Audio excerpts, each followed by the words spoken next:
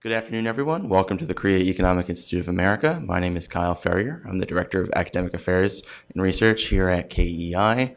Today's program, as you might have noticed from our invitation, is part of our academic paper series through which KEI commissions up to 10 papers each year on various topics related to the Korean Peninsula and holds programs like this with our authors in DC. At the end of the year, we compile all of the papers and put it in our On Korea publication. Last year's publication is just outside, as well as the paper for today's program, which is also online. You may have also noticed from the invitation that the title of today's program is a play on Donald Trump's campaign promise and campaign slogan, and President Moon, his might as well have been his unofficial campaign promise of making Korea grow again and making Korea a strong economy. And it's really what propelled him to the presidency almost a little bit over a year ago. And looking back a year on, we've seen him make a lot of significant progress on trying to fulfill his promises, on trying to reform and grow the Korean economy. And a lot of people have a lot of different opinions on what he's been doing so far. But I'm really happy to have with us today a speaker who can really provide a great overview of everything that Moon has done in a very objective and insightful way and come up with his own conclusions about how to improve upon what the Moon Jae-in economic agenda has been so far. And with us today to give his thoughts on the President Moon's economic agenda is Dr. Ahn Choong Yong. He's a distinguished professor at the Graduate School of International Studies at Chungang University in Seoul and is on the editorial board of the East Asia Foundation's Global Asia publication. Dr. Ahn has a long and distinguished career. He served as the chairman of the Korea Commission for Corporate Partnership from 2014 to 2018. And prior to that, he was the Foreign Investment Ombudsman at Korea Trade Investment Agency, which is most of you will probably know as KOTRA. So Dr. Ahn will come up to the stage, come up to the podium, present his thoughts. We'll have a little discussion on stage, and then we'll open it up to the floor to questions. So please join me in welcoming Dr. Ahn.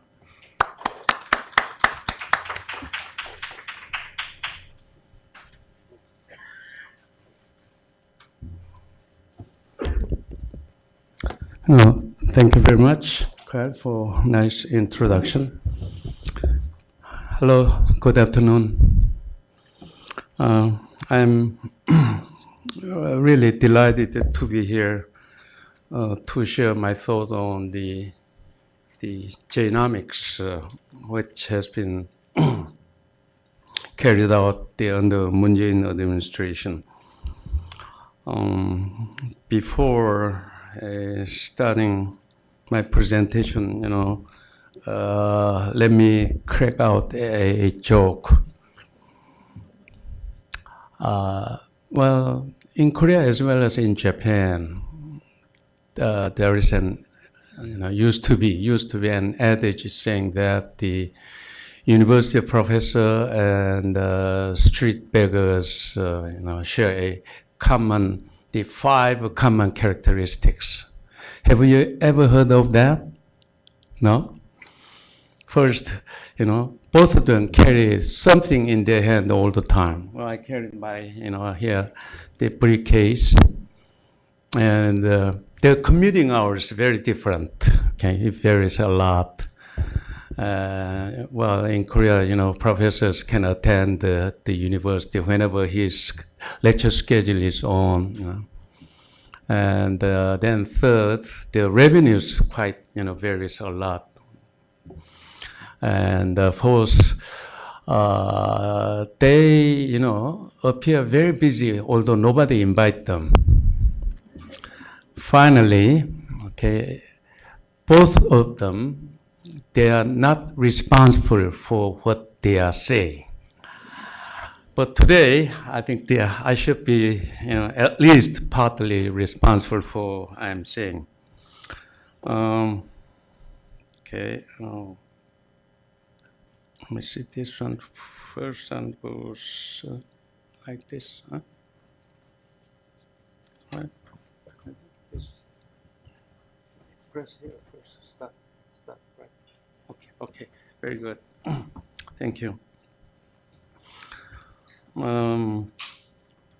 you know, at the moment, Korea is truly a critical crossroad, security-wise as well as economy-wise.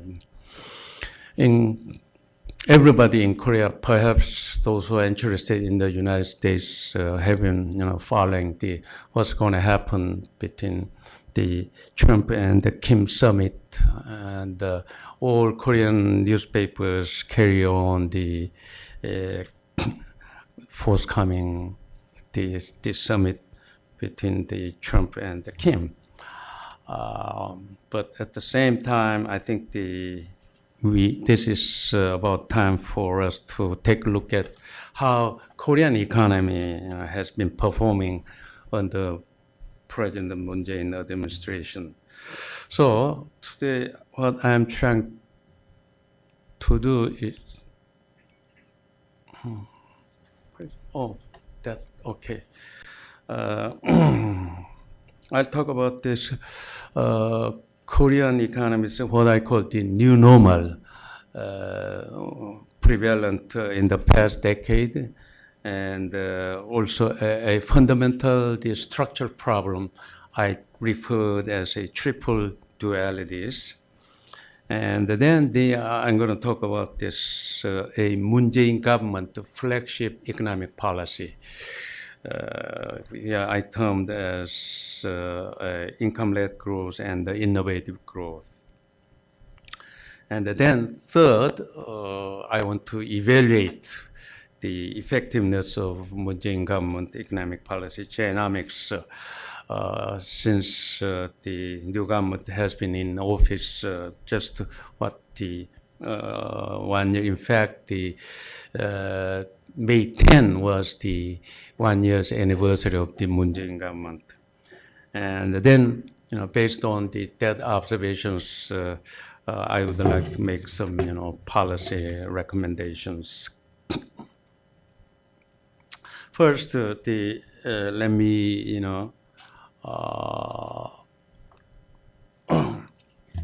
see Korea's some, challenging issues. Given the new normal economic phenomena, basically slow growth and rising unemployment, and then acute income polarization in Korea, it's big question we face at the moment is that how we can ensure a sustainable and inclusive and robust economy. Moon Jae-in government economic policy has two-pronged economic directional guideline. The first, flagship policy, referred to as income-led growth, which appeared to be inspired by the ILO study published in 2013 under the name of the wage-led growth. And then second one, Moon Jae-in government also proposed innovative growth policy to promote startups and venture business, as well as to adapt to the unfolding the fourth industrial revolution. So putting these two policies together, Moon Jae-in government is really looking for a shift of new economic paradigm, basically from Korea's large 재벌, here I term the large conglomerate, dominant export-based development strategy to small and medium enterprise, SME-based equitable economic growth strategy. So here we can see a clear distinction from previous government and then Moon Jae-in government. A 재벌 dominant export strategy now will shift to SME-based and equitable growth. And then, one can raise big questions whether these two policies, innovative growth policy and income-led growth policy, do they complement each other, or even contradict each other. So, I would like to explore on this line and then drawing my own the sort of policy conclusion. Well, in this graph, it is really Korea's new normal. The economic phenomenon is really evident from 20 through the 28. Korean economy used to grow about the 5.4%. Right, after the Asian financial crisis, 1998, but then the Korean economy was hit again the global economic crisis in 2008, and since then the slow growth trap is becoming sort of the Korea's common, continuing phenomenon. The growth rate dropped to 2.8% on the average in the past 6 years. This slow growth trap was accompanied by the rising unemployment and acute income, polarization. The next graph here it shows that the Gini coefficient, used to, getting the rising until the global economic crisis, and then after global economic crisis, Gini coefficient tend to improve a little bit because of the government allocation of welfare programs.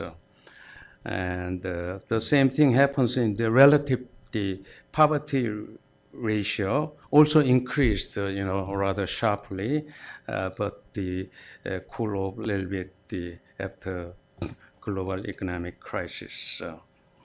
And here we can see that the prolonged economic recession, especially after the global economic crisis, somehow caused income inequity and continuing the poverty ratio.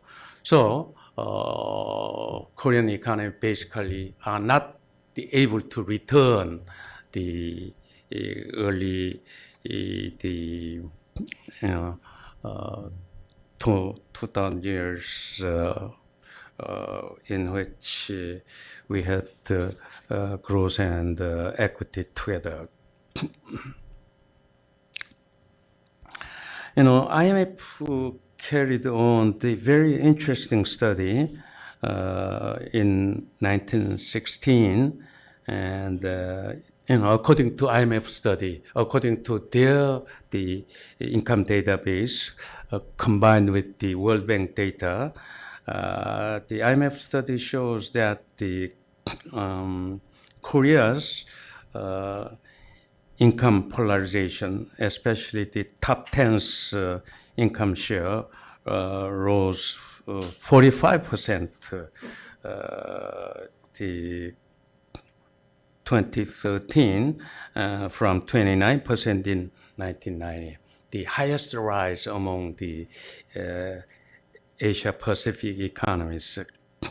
And the IMF study also concluded that if income rise among the top 20%, affect negatively on economic growth, whereas income rise of bottom 20% will help overall economic growth rate, in a positive way. So this indicates that the conventional wisdom of what we call the trickle-down theory is sort of the breakdown here. And IMF study concluded that every economy should search for sort of the inclusive growth strategy. And the income equality distribution matters for growth. This is very important empirical finding done by the IMF. And here, next slide, you can see as a result of this, the income, inequity and shifting to extreme poles of income distribution, top and the bottom income bracket people. And the middle class, once we define those income range within plus and minus 50% of the median income, you can see clearly the proportion of middle income group, shrank from 65% to 56%.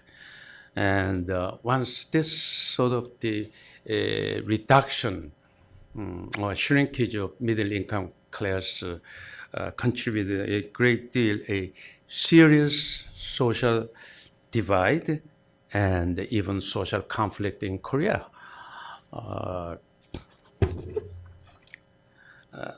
To explain the fundamental problems caused by Korean economy here, which led to income inequality as well as slow growth trap, is deeply related to three fundamental factors. First, I call here labor market duality in terms of the wage and the productivity. Within the labor market, we have a regular workers vis-a-vis the non-regular workers. The wage level is very different between two classes. And another one here, what I call product market duality. This is again this critical difference on the wage and productivity, especially export-oriented manufacturing sector vis-a-vis a domestic oriented the service sectors. Okay, we can see a very clear difference in terms of the wage and the productivity. Manufacturing sector is very vibrant and export oriented, a lot more efficient than the domestic oriented service sectors. And then the what I call here business establishment duality. Large conglomerate versus and small and medium enterprises. These dualities are key causes of income inequality and economic inefficiency we experience at this point. Therefore, we must address the issues relating to increasingly acute social divide and inclusive growth paradigm. Well, in this context, maybe Moon Jae-in government Jae-nomics have been formulated by introducing the income-led growth and innovative growth together. Well, I think the SME structure is so important. Here you can see really multi-layered business establishment in Korea in a pyramid structure. At the very bottom, micro firms reaching about 3 million unit micro firms, okay? And the occupying 86% of total business the establishment in Korea, providing about the 38% of the total employment in Korea. So from micro business, and we can see small firms and medium firms, their share of establishment and also employment share is also provided. On top, we have large conglomerate, what you call chaebols in Korea. And roughly at the moment, the total number of chaebol and its subsidiaries amounts to about the 1,800. So here the acute dichotomies between large conglomerate and SMEs are truly characteristics of the Korean economy. Now, in this, things are mentioned already, but I would like to point out that the contribution to export, okay, Korea's large conglomerate, although their numbers so few, but they contribute 82% whereas Korea's small and medium enterprise, only 18%. Here we can see a great dichotomy between two groups. But domestically, Korea's SME really becoming a grassroots pillar of the Korean economy. Here, we can see that the wage disparity, a big cause of Korea's income inequality as well as inefficiency. Okay. Regular workers in large conglomerate, if they receive, say, 100 of the wage, but at the bottom here, look here, non-regular workers in small and medium enterprises receive only roughly 35, 1/3 of the wage rate provided to the regular workers in the large conglomerate. This great wage difference between large conglomerate and SMEs and between the regular workers and non-regular workers causing all kind of this inequity problems and efficiency problems.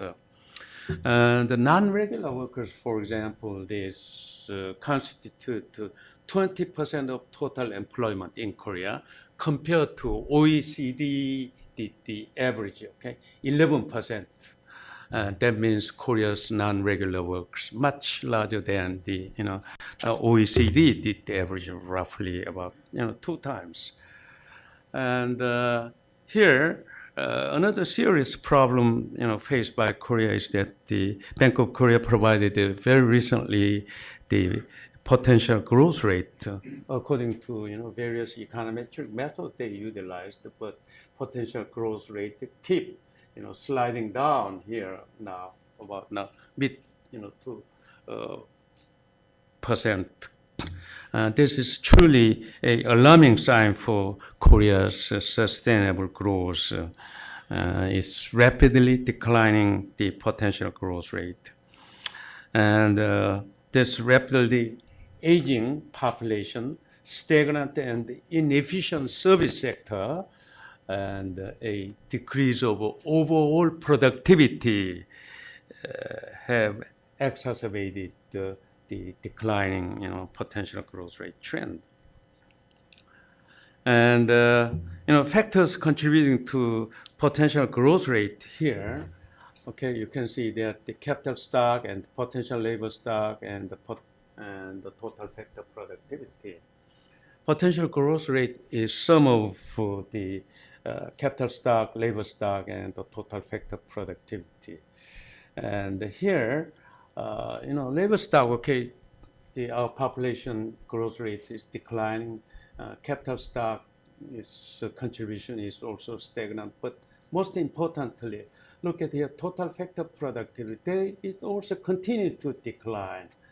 And therefore, the big question is that how we can improve, total factor productivity.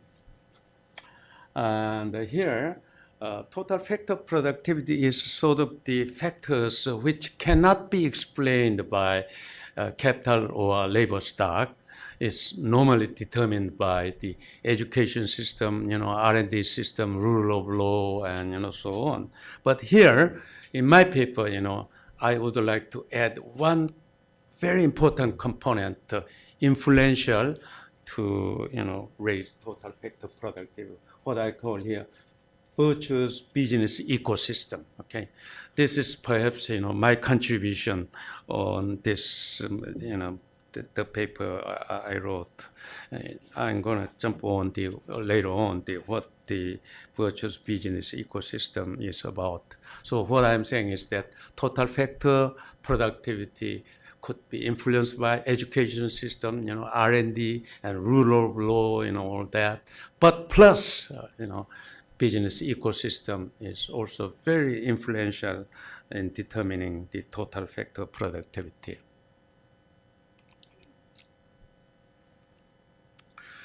Here, key features of the income-led growth here. I mentioned that the income-led growth policy is inspired by ILO study published in 2013.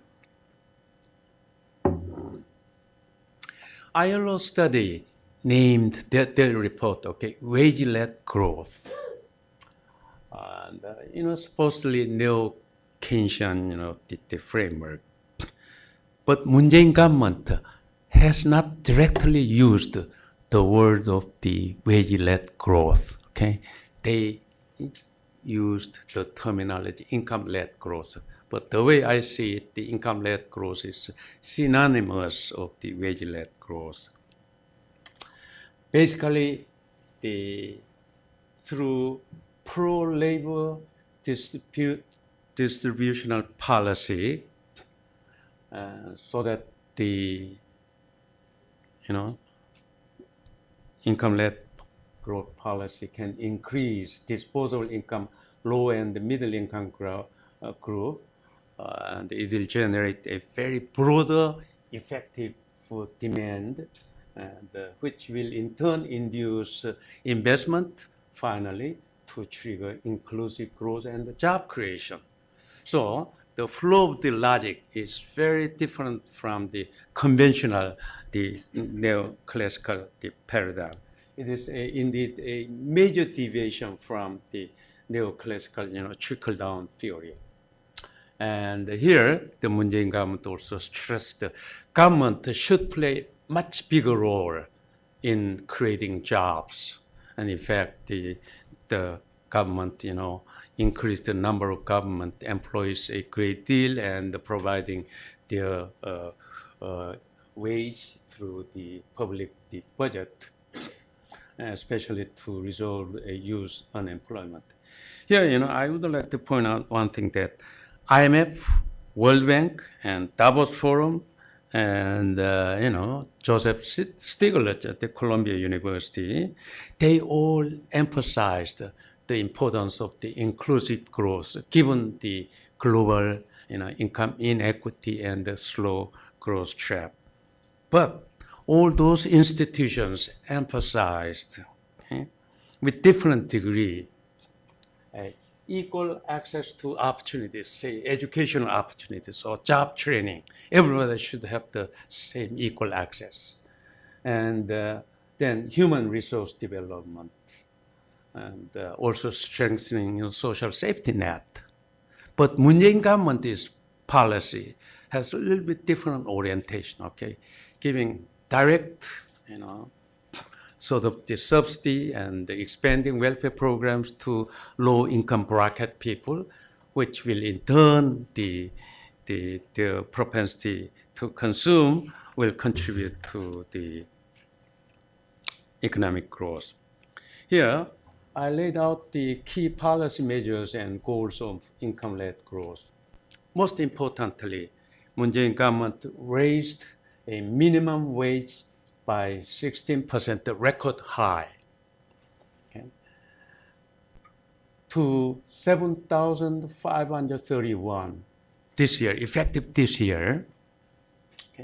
Raised the record, jump through the history of the minimum wage salary, and the government aimed to reach 10,000 won by 2020. And further, the government raised the corporate income tax from 22% to 25% for larger firms.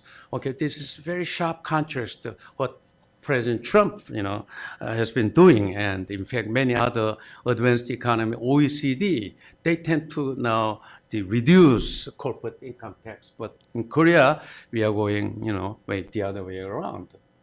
And then the welfare expenditure also increased, raising basic pension from 200,000 won to roughly 250,000 won.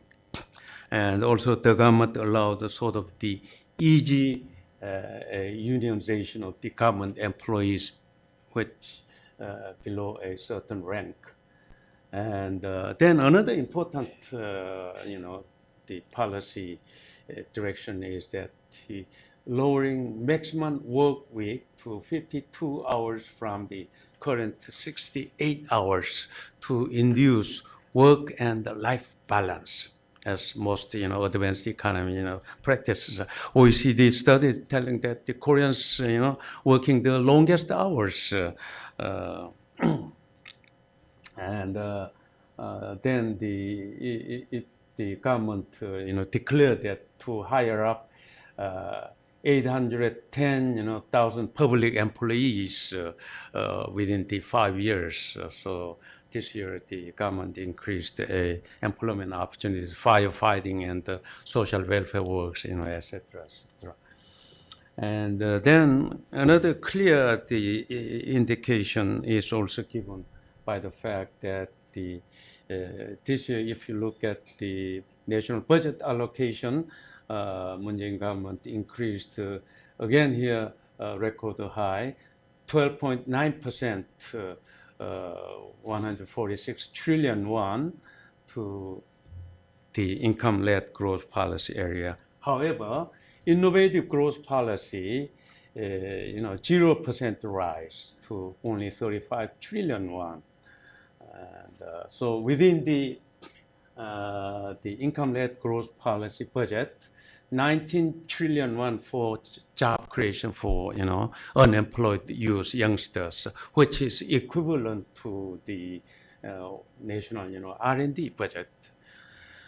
So here, I would like to point out that especially minimum wage hike, record high, and also reducing the working hours, 60 to 52 hours a week. And minimum wage increase and economic growth rate, if we compare here, you can see that starting 2011, minimum wage increase consistently exceeded economic growth rate. And then this will cause some of resource allocation problems. According to conventional neoclassical theory, minimum wage increase basically should be in alignment with the labor productivity increase. But in case of Korea, almost in the past, what the 9 or 8 years, minimum wage is increased far greater than economic growth rate. Later on, I'll give you also total, labor productivity increase.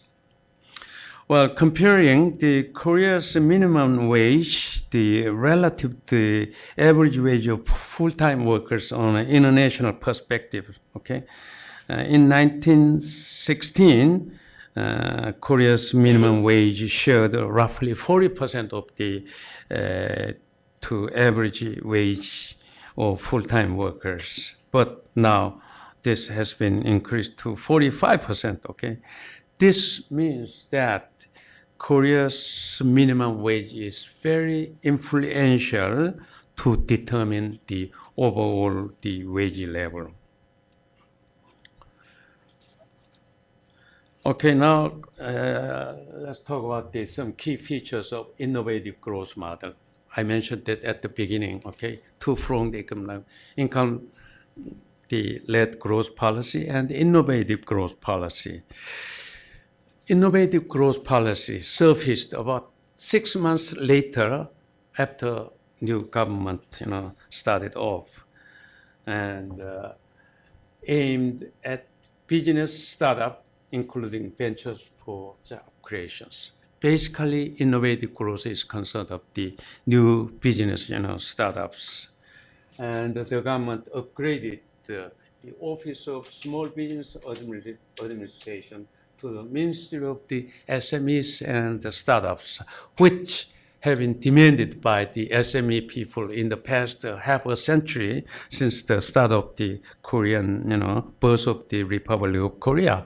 Now, finally, SME people, they, achieved what they want under Moon Jae-in administration by upgrading the Office of Small Business Administration to ministerial level. So by and large, this innovative growth model is led by government the support programs is essentially led by the government initiative. And then here, overwhelming emphasis on new startups. As a result, less attention is given to the technological innovation across existing SME firms and industries. This is, I think, the very important point. I would like to come back. And so we can see that income-led growth policy is looking, in a sense, a demand side, but innovative growth policy is, in a sense, looking at the supply side. Okay, so that's why I call them a two-pronged economic policy, directional guideline. But all the emphasis, in a sense, far heavily in favor of the income-led growth policy.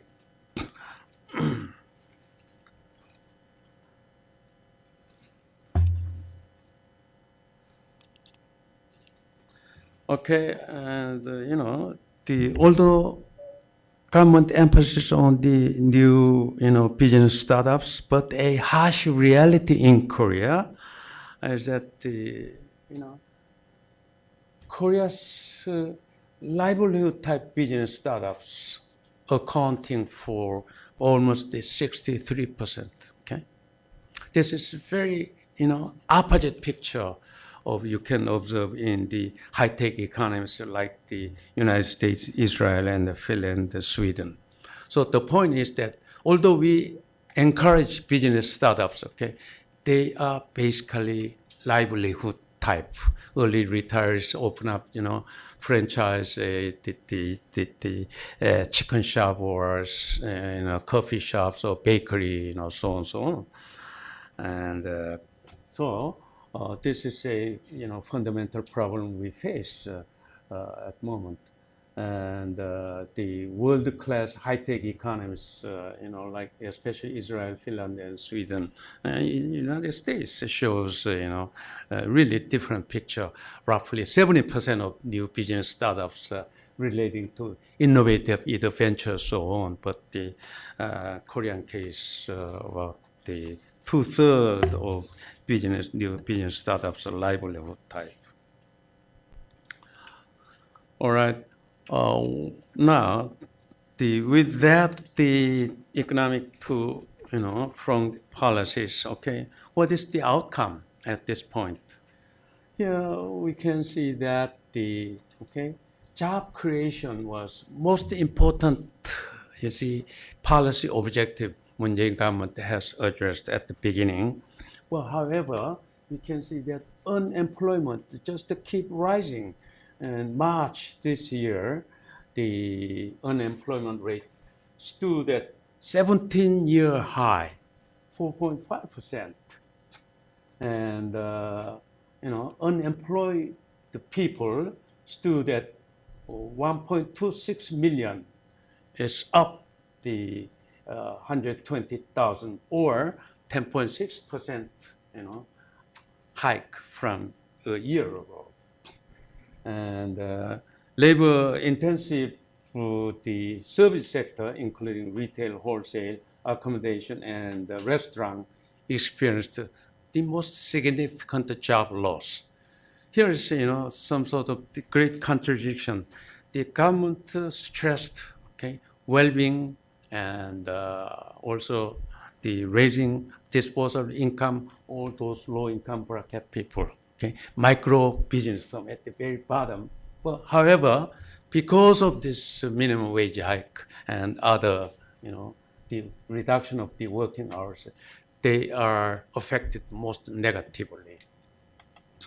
The youth unemployment also, reached 11.6% March this year, among the highest the OECD economies.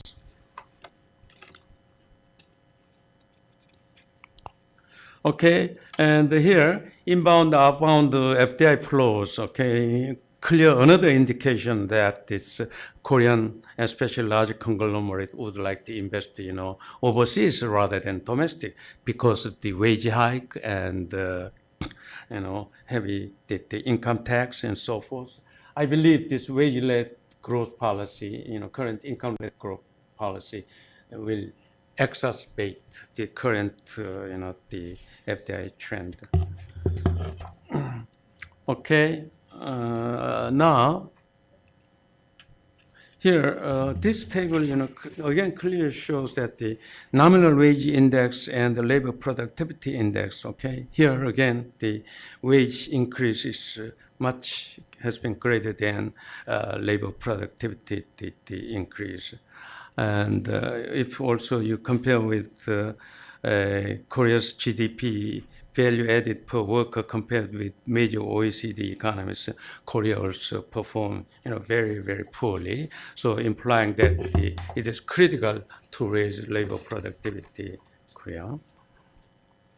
And again, relative productivity, large conglomerate versus small and medium enterprises and service manufacturing sectors compared to OECD, Korea performs, rather very poorly.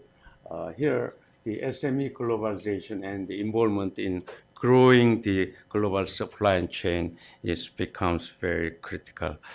Now, given these observations, I would like to make some, policy the recommendation.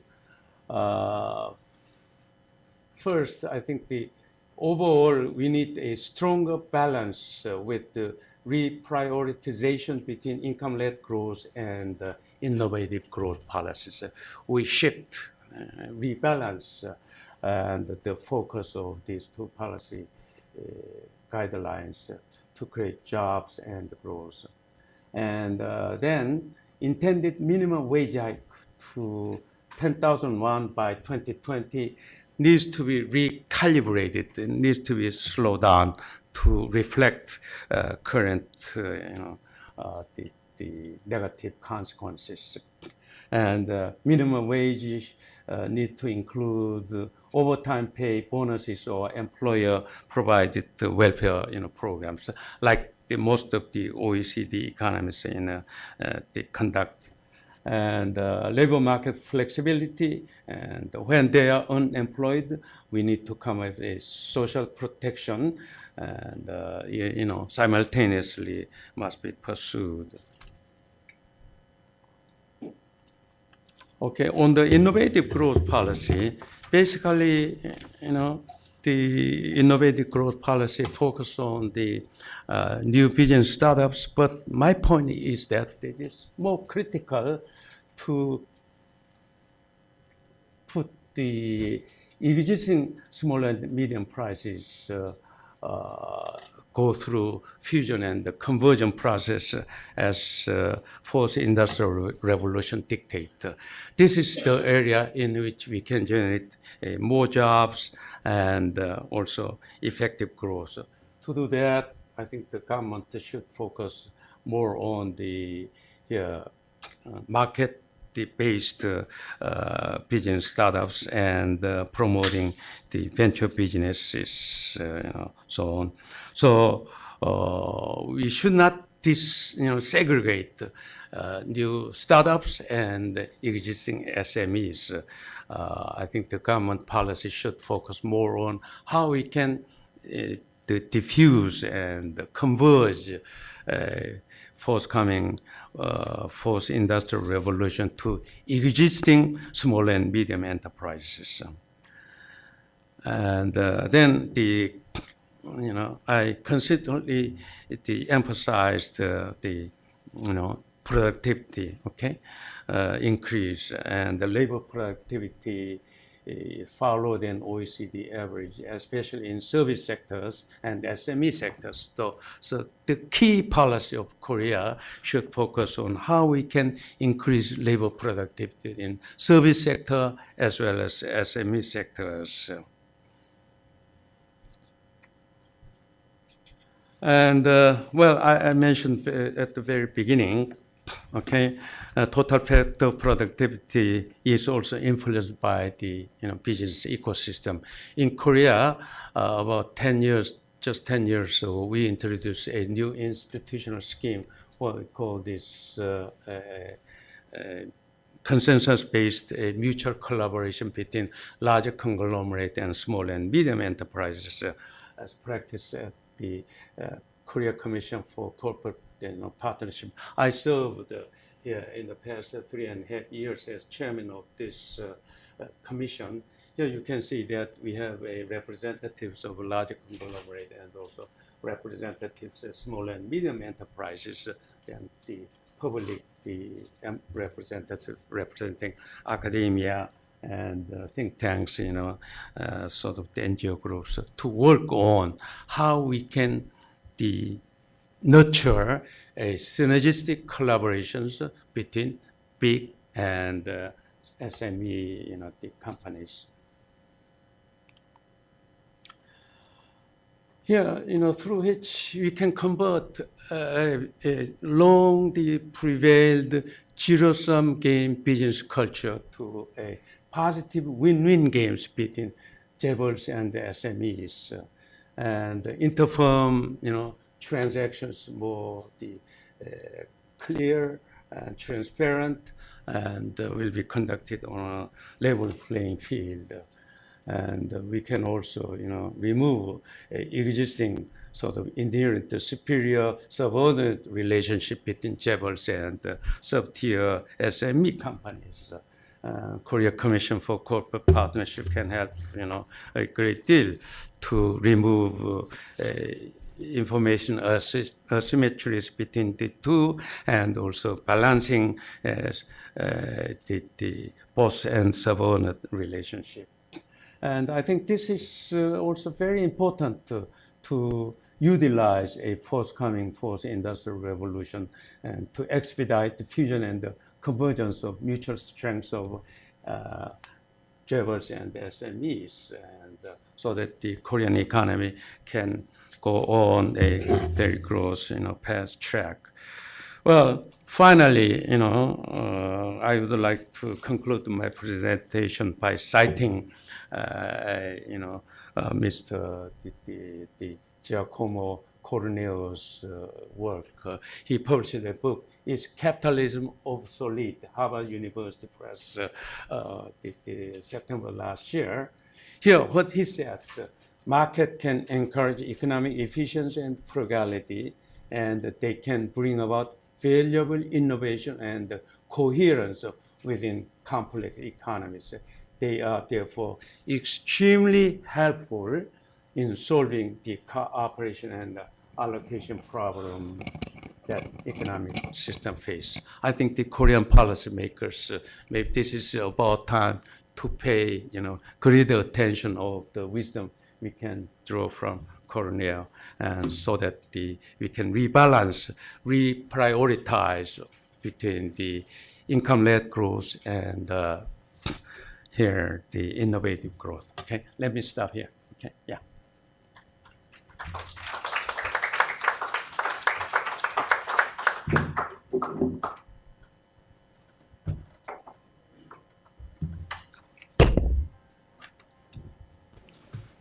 You seemed a little hesitant at the beginning to take credit for your work, but I think you should be very proud of what you put together. It was a very accurate representation of not only what the Korean economy is facing right now, but some of the challenges that Moon faces in terms of adjusting his policies to face those challenges.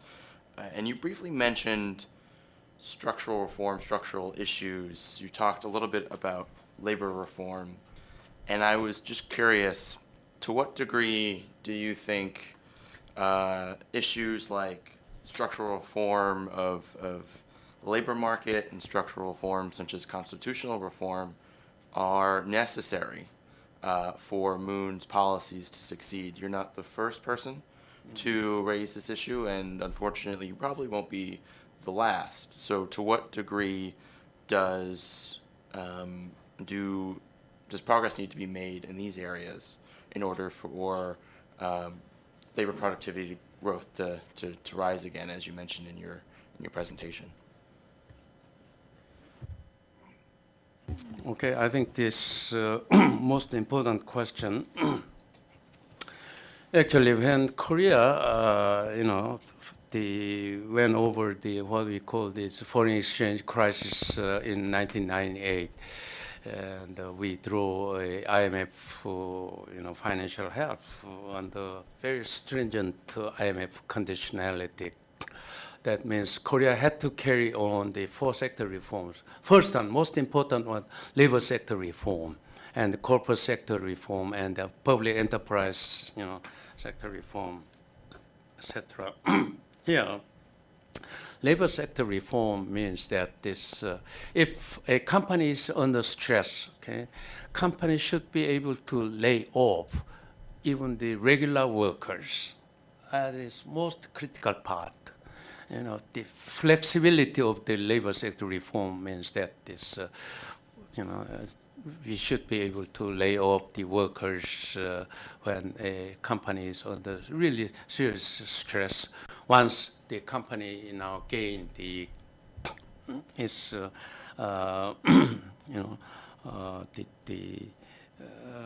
to normal, okay, then companies should be able to recall them, the layoff workers.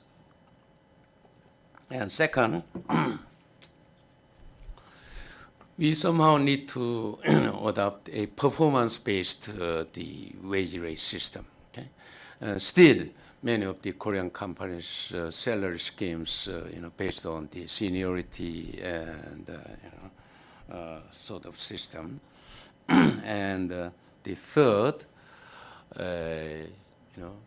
new venture businesses require a very flexible working styles and the hours, so that the workers can commute freely to suit their the working style. But the government now emphasize, okay, the working hours should be strict to 52 hours from the 68 hours. Venture business, when they are under severe the time constraint to come up with the final product, they might work their overtime, and they might even extend their working hours. So in this regard, I think this labor market should be more flexible, but on the one condition that we should come up with the robust social protection system, social safety net for those unemployed by providing unemployment, the insurance, so on. So here, main point is that one should be able to lay off the regular workers. Okay. And then one last question before we turn things over to the audience. It was sort of indirectly addressed, but to address it more directly, included in the income-led growth, I think you could argue, is Moon's efforts to tackle growing household debt problems. Mm-hmm. And in the face of potential Fed hikes coming up in the next few years, it could potentially place that debt in a precarious position. So I'm wondering, in the larger macroeconomic landscape, how much room does Moon have to continue to pursue the policies that he has been trying to pursue? Okay, I think that is another good question. In fact, I wanted to mention here a little bit, and at least insert a few lines. Okay, Korea's household debt is now about the 130 trillion won. Okay, it's becoming a time bomb, and many households, if we raise interest rate, they are unable to pay back the mortgage loans, so forth. So it is very, very critical issue, and so here's the big question. Okay, although through various pro-labor distributional policy, income transfer, so on, the low-income bracket people, okay, they got some income subsidy, but they are bogged down in a serious trap with the household debt problem. Therefore, I'm really wondering marginal propensity to consume even after injection of the additional income is, in a sense, very much doubtful and should be very much constrained. Therefore, income-led growth policy must consider this factor. Okay, we have a household debt problem is ticking as a time bomb in the Korean economy. So big question is that, okay, because the household debt problem and Bank of Korea is very much constrained to raise the interest rate, and this is a very serious macroeconomic constraint. Now we'll turn things over to you. We'll have mics walking around. If you can please, when you ask your question, state your name and affiliation before asking your question. We'll take 1, 2, and then 3. So we'll start over here. If you can. Oh. Yes, thanks, Dr. Ahn. Mike Billington with Executive Intelligence Review. I'm wondering if you think the fact that the Moon economic policies have not been very successful over the past year, is that cutting into his support base amongst labor and others? Is this, has his support base declined, or is there opposition coming from his normal base because things have not gone very fast? Do you want to take in this group? Or? Yeah. Okay, and then we'll go over here next. Thank you. Good afternoon. My name is Todd Wiggins. My site's called meetmedc.com.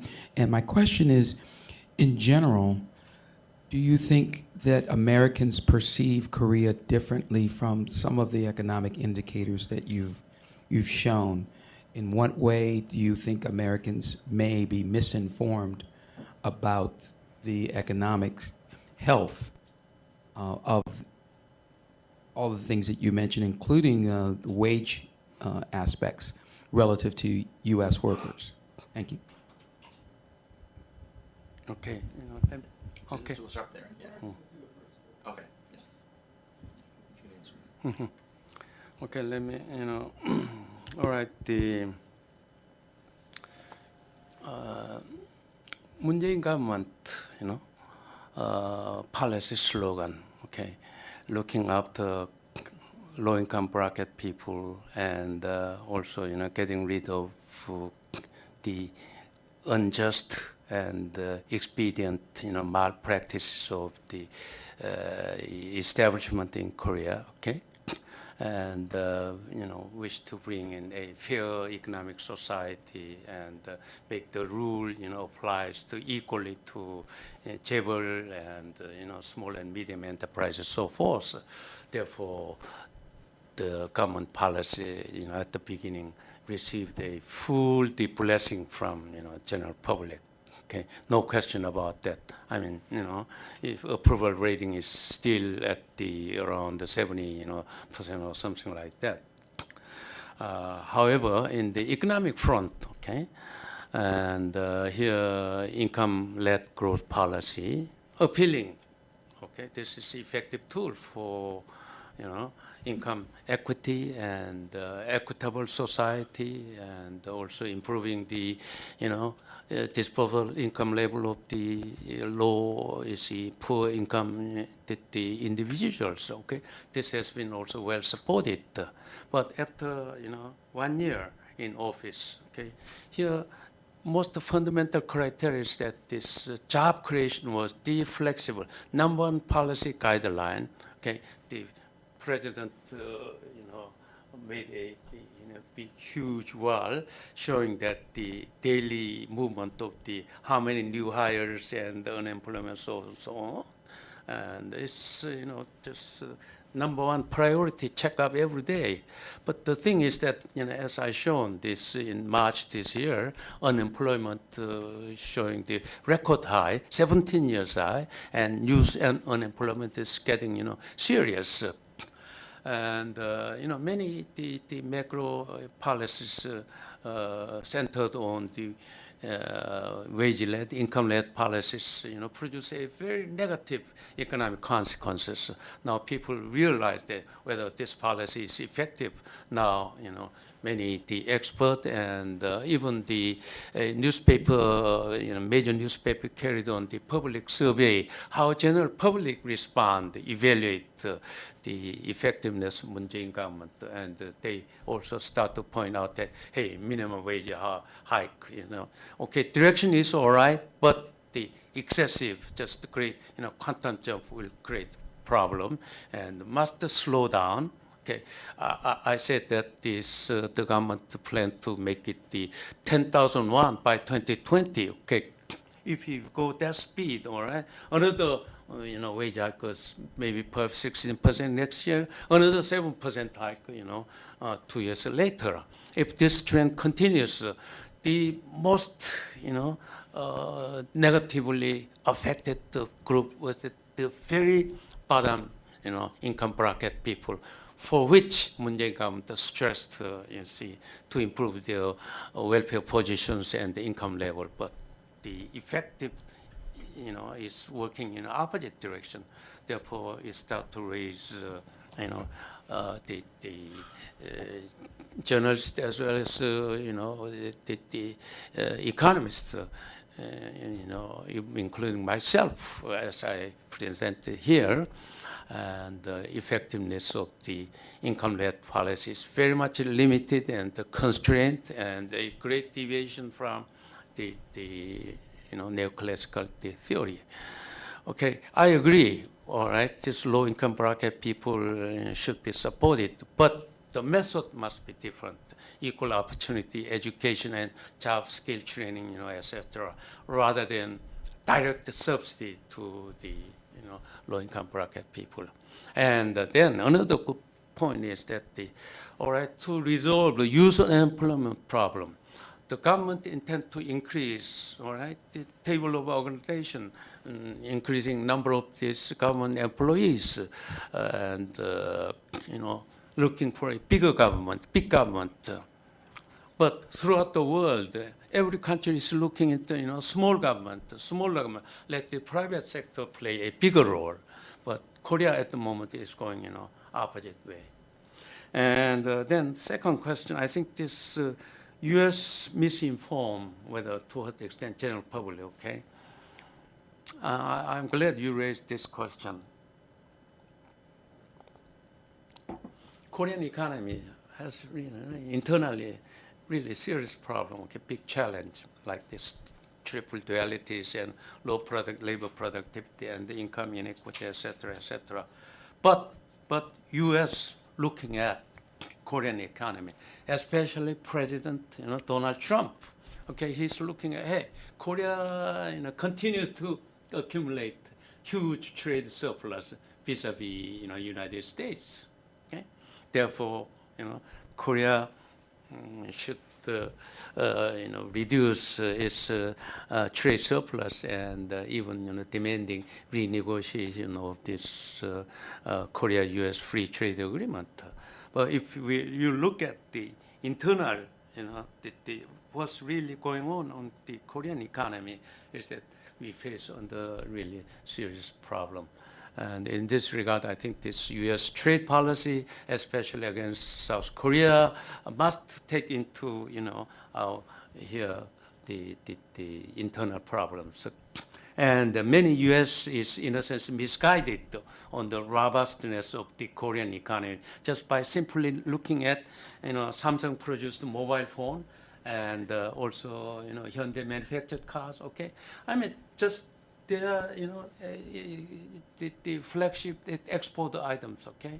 But however, within the Korea, all right, if we exclude those two items, mobile phone, and Samsung and LG and the Hyundai automobiles, Korean economy would be in a very bad shape. Therefore, I hope this U.S. Trump administration will look at and will consider our internal problems. And Koreans believe that hey, a lot of the Korean foreign direct investment in the United States, Samsung, LG, and Hyundai. And also we purchased a lot of the military hardware from the United States. If we sum them up, okay, two countries are truly on a sort of the equilibrium and helping each other. Nobody will lose. In that sense, I think this President Trump, will evaluate this Korean economy on that ground. And I think Korean economy should be very robust and resolving those internal problems. Okay, yeah. We'll go with Stanley. Yeah, yeah, yeah, yeah.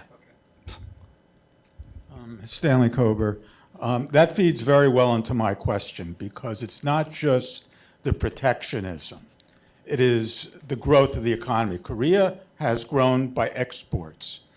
But an analyst at Goldman Sachs recently said about the United States, the current fiscal expansion must at some point give way not just to a neutral stance, which we expect by 2020, but to a tightening of fiscal policy that could restrict growth.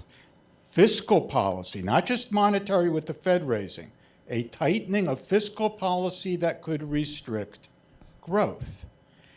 If that happens here, if we have what amounts to austerity, to whom does Korea sell? It's not just a question of the protectionism. I mean, you're going to have the same problem with China. Mm-hmm. These are the big markets. So can you continue in those conditions with an export-led model, or do you have to turn, as the Chinese seem to be doing, to internally driven growth? But wouldn't that add even more to your budget deficits, fiscal mm-hmm. deficits? We'll take this question. Mm-hmm. Yes.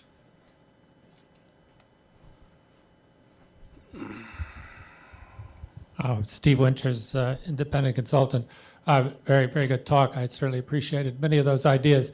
So my question is this. When you talk about creating some sort of balance or ecosystem where the large conglomerates and then the small and medium enterprises can both be the benefit of each other, and in that way create a better environment for innovation coming from the smaller groups. My question is, when you look at many other countries that are concerned with innovation or have shown to be successful in innovation, this same type of question always arises. I mean, it used to be a joke in the U.S. if you were going to innovate in computers, you wanted to do something so that Microsoft would buy you up as fast as possible, because they'd either copy it and put you out of business, or else, if they were generous, they would buy your business at some point when you were on the way up. So you ended up with no business, or the large conglomerate absorbed the innovative small business, even though the innovation took place, but then that was the end of the business. So is there a country or some part of the world where you see a balance between the very large groups, say a Google, for example, and the smaller enterprises, for example, the Boston Robotics, or all these things that have been bought up by Google now? Is there any place that this balance is actually maintained, or is it actually the fact that sort of you get the innovation, but then you have to have more and more small businesses because they keep getting absorbed by the large ones, who then perhaps manufacture on the basis of the innovation, so it all works out? Okay. Well, first, Korean economic development has been based on export-led. Okay, exports share roughly still, I think, about 70% of the GDP. Now I think dropped down a little bit, about 65 or something like that. So it's very true that the Korea needs to be more balanced, and by raising the domestic consumption and more domestic-oriented economy. And in that sense, I think Moon Jae-in government policy, formulation motivated by the, improving the domestic sort of the, consumption and the domestic, the demand-led economy, deviating from the export-led. Export-led means that dominated by chaebol groups. Okay, I show that the SME contribute only 18% of Korea's total export. So on that ground, we need a balance. Korea shift more to a domestic demand-oriented economy, no question about that. And to do that, this Moon-jae-in government, to resolve the immediate problem of youth unemployment, and the government expanded the fiscal resources to provide the subsidies for those SMEs to hire the new employees, even by helping their salary level yearly basis. I think this the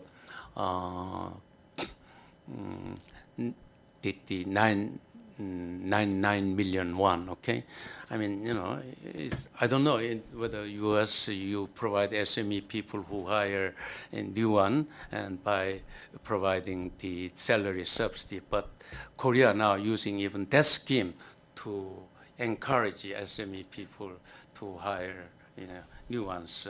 Most Korean youngsters, they don't like to employed by SMEs. They all prefer big chaebol groups. So here's big Korean government agony, how we can convert youngsters to the SME. So in that regard, I think the fiscal resources could be utilized. But here my question is that to what extent, it is very true that Korea maintains the fiscal healthiness in terms of compared with the OECD economies, we have some room, cushion, in which we can allocate more fiscal resources to encourage new hires and also, additional the government the programs, especially as I mentioned, new business startups. So in this regard, I think this Korea, in a sense, we still have room to employ, to use fiscal resources, but eventually must be constrained by this excessive national debt. The national debt is another boiling issue, but although we have not reached to the level of Japan, but we do concern about the national debt issue. So here is the speed and how we can balance that. And then the ecosystem issues, of course, venture business, means that the independent startups, biologics, so on, as prevalent in the Silicon Valley and the other nations here.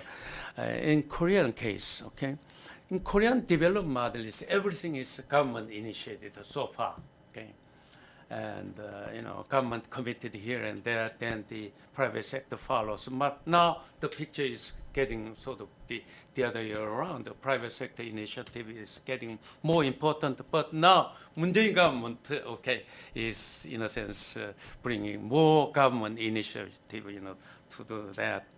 But here, let me give you one great example how big chaebols and the new venture business, then they can collaborate. I think most successful model in Korea is that what I call the in-house spin-off venture business model.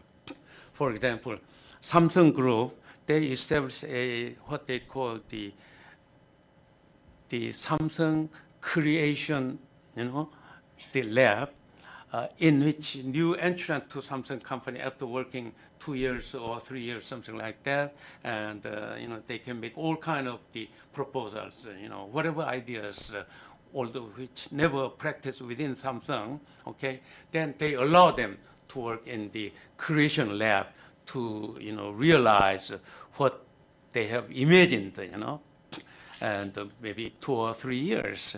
And that the idea is somehow a great hope to be materialized, even listed on the IP, the Kosdaq market. Then Samsung let them go, and then you see, even if one want, he can get out of the Samsung and he can create his own company on the condition that Samsung will, participate in equity shares within that venture business. So this is what I call in-house venture, spin-off models. It's very effective. Why? because it has the huge Samsung, technology umbrella, and the workers within the venturists, okay, their jobs guaranteed. Although they work at the creation lab 2 or 3 years, if they failed, they are not able to, they commercialize their product, okay, then they can go back to original, employment.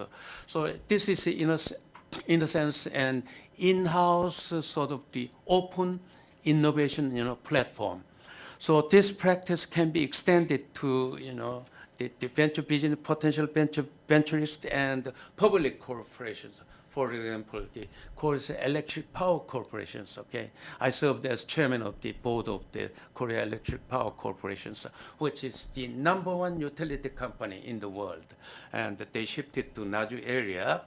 And Korea Electric Power Company provide a huge technology umbrella in which a venturist, okay, small and medium firms can enter, and they form a open the knowledge platform and collaborating each other, and KEPCO provides some, technological the advice, and importantly, they can go abroad together. Yeah. Okay, we should take a couple of last questions before we have Chiyoko and then the gentleman behind her. Hi, I'm Chiyoko Goto with the Woodrow Wilson Center. Your comment about the in-house venture spinoff is very interesting because I was going to ask about the challenges of the fourth industrial revolution. So the innovation is an issue that is a challenge not just for South Korea, but for all countries, including the United States. But there is some a minority view, but a bigger minority view in the United States, that perhaps a reintroduction of industrial policy would actually be a more effective way to compete against other countries that are going for the same prize of being an innovation leader. If that's the case, given the fact that South Korea has a very well-connected, it's broadband central, it has many comparative advantages, a very highly educated workforce. Are there policies that could really harness that kind of advantage that South Korea has? That's my first question. Second question is, going through your presentation about the challenges South Korea has, about the growing income divide, about the regular versus non-regular workers, innovation, etc., I'm very struck by the fact that there are many, many similarities between South Korea and Japan. What would you say gives South Korea a much bigger advantage than Japan in competing in 10 years, 20 years from now? Thank you. Okay. We'll take the question behind her first, and then we'll... Paul Tyson from the State Department. How would you fit 26 million North Koreans into your framework? 26 million. North Koreans who want to know how if the two countries unify, how does North Korea fit within a framework? Is there a non-security? Exactly. That's a good Okay, fourth industrial revolution, the question. Actually, this is not the academically defined, okay, what is fourth industrial revolution? Well, it's, popped up at Davos Forum, 3 years ago.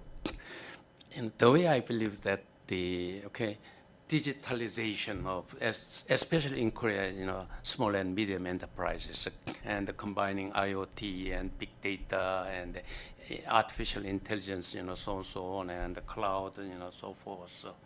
So I think the fourth industrial revolution makes the demarcation of across industries very blurry. Okay, now everything now tends to converge, and you see the fusion process is going on. Therefore, I think this Korea's big companies and the SME companies somehow should to look at this fourth industrial revolution first, very disruptive nature, and it can be, amalgamated with a variety of industries, okay? And the logistic industries, is narrowly defined so far, but now on the fourth industrial revolution, it can expand almost everything, value creations and international trade, so on and so on. So in that regard, I think this Korea's innovative growth policy, okay, is very beautifully termed, but just again, kind of the euphemism to, in a sense, the overshadow the income-led growth policy. Therefore, I think this the innovative growth policy should encourage private sector to go, through venture businesses and encourage SME also to undertake, this the newly emerging trend of technology.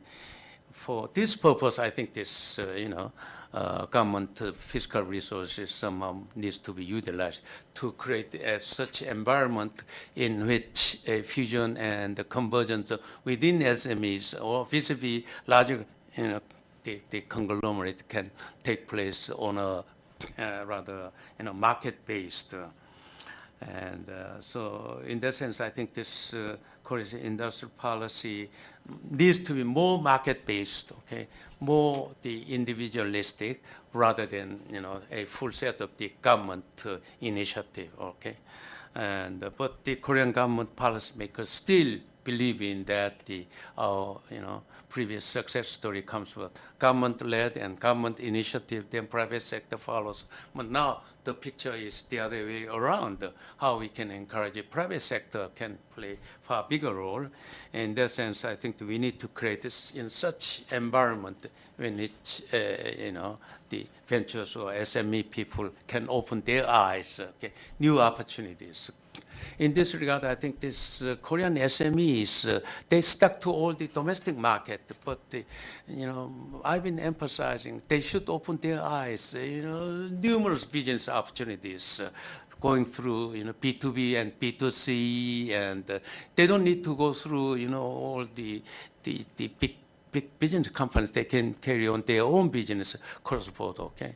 In that regard, I think the Korean SMEs has a new sort of the, robust source of expanding their business through a global the supply chain, which are occurring through digital, revolution. And then the North Korean, the 26 million people, and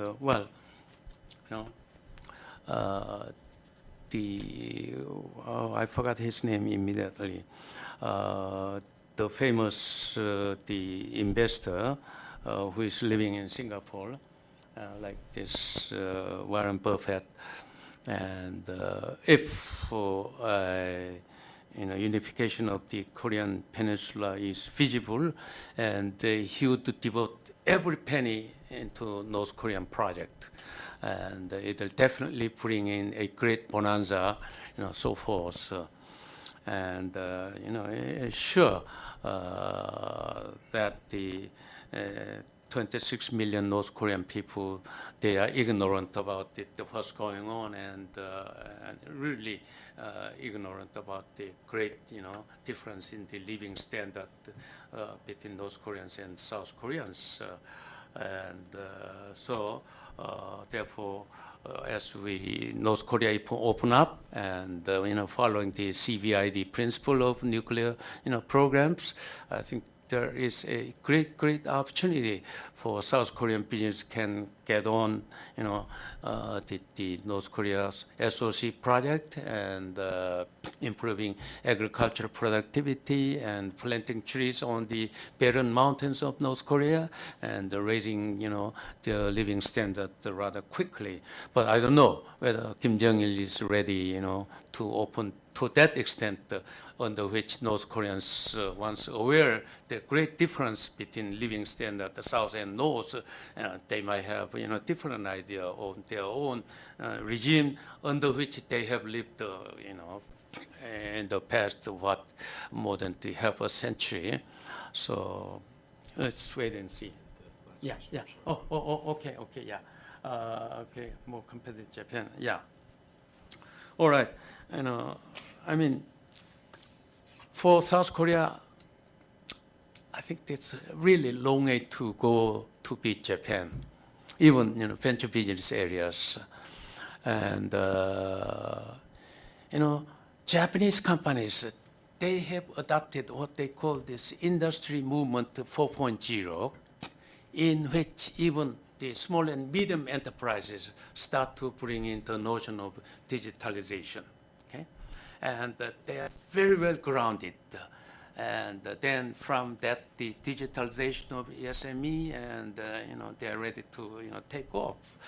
But in Korean case, okay, although we initiated what we call the industry movement 4.0, still very infant stage, and about 30% of Korean SMEs, they don't have any idea, even they do not know the word of digitalization. Okay, therefore it's really a great challenge for Korea how to infuse the notion of digitalization. Unless we, they fail this, I think the income inequity is likely to, getting worse and worse.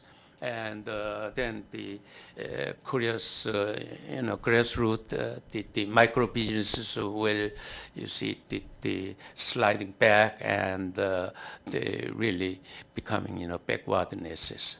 Therefore, it is critical challenge for government, okay, to how we can, start up digitalization at the very bottom level, at the grassroots level of Korea's micro businesses.